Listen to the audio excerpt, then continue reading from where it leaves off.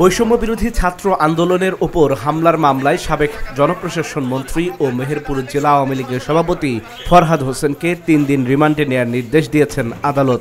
সোমবার সকাল 11টার দিকে তাকে আদালতে তোলা হয়। আদালতে 3 মামলায় 1 ঘণ্টা শুনানি শেষে বিচারক 2টি মামলায় 5 দিনের রিমান্ড মঞ্জুর করেন। পরে কারাগারে নেওয়ার সময় বৈষম্য বিরোধী আন্দোলনের শিক্ষার্থীরা ফরহাদ হোসেনকে ডিম ও ইট পাটকেল নিক্ষেপ করে।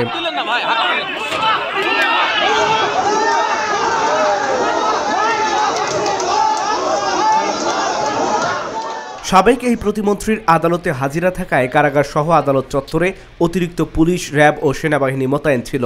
রিমান্ড শুনানির সময় আদালত প্রাঙ্গণে বিক্ষোভ করেন বৈষম্য বিরোধী ছাত্র আন্দোলন ও বিএনপি নেতাকর্মীরা। তারা আসামিদের বিরুদ্ধে বিভিন্ন অভিযোগ তুলে ধরে দৃষ্টান্তমূলক শাস্তির দাবি জানান। মেহেরপুরে 3 থেকে 4টি খুনির আসামি তার ফাঁসি দাবি করছি, আমরা তার ফাঁসি দাবি করছি। আজকে যে আমাদের এই কর্মসূচিটা ছিল মূলত তার ফাঁসি চাওয়ার পক্ষেই। আমরা তার ফাঁসির দাবিতে এখানে এসেছি। আমরা তার এই যে শুনানিটা হলো আমরা একদমই সন্তুষ্ট না, আমরা তার ফাঁসি চাই। তার আজকে মাত্র 3 দিনের রিমান্ড মঞ্জুর করছে, এতে আমরা একদমই সন্তুষ্ট না।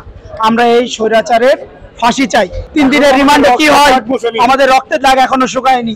আমরা এই 3 দিনের রিমান্ডে একদমই সন্তুষ্ট না। ছাত্র সমাজ চাই এরকম সন্ত্রাসীর ফাঁসি হোক। রিমান্ড শুনানিতে রাষ্ট্রপক্ষের আইনজীবী হিসেবে উপস্থিত ছিলেন পাবলিক প্রসিকিউটর আবু সালে মোহাম্মদ নাসিম, অ্যাডভোকেট কামরুল ইসলাম, মারুফ আহমেদ বিজন এবং মোখলেসুর রহমান স্বপন।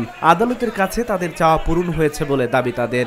দীর্ঘ 17টা বছর মানুষকে নির্যাতন করেছে, নিপীড়ন করেছে, অত্যাচার করেছে, তাদের আইনের আওতায় নিয়ে এসে অবশ্যই শাস্তির ব্যবস্থা করতে হবে। আমাদের হলো এই দাবি এবং সেটা আদালতে আজকে আমরা প্রমাণ করতে সমর্থ হয়েছি, যার কারণেই আদালত মাননীয় মন্ত্রী মহোদয়কে এবং তার ভাইকে সন্ত্রাস দমন আইনে 3 দিনের রিমান্ড দিয়েছেন এবং বাবলু বিশ্বাসকে 3 দিন, 2 মামলায় 5 দিন রিমান্ড দিয়েছেন। এটা আর যদি মনে করে অধিকতর তদন্তের জন্য আবার রিমান্ডের আবেদন করবে, উনি করতে পারেন।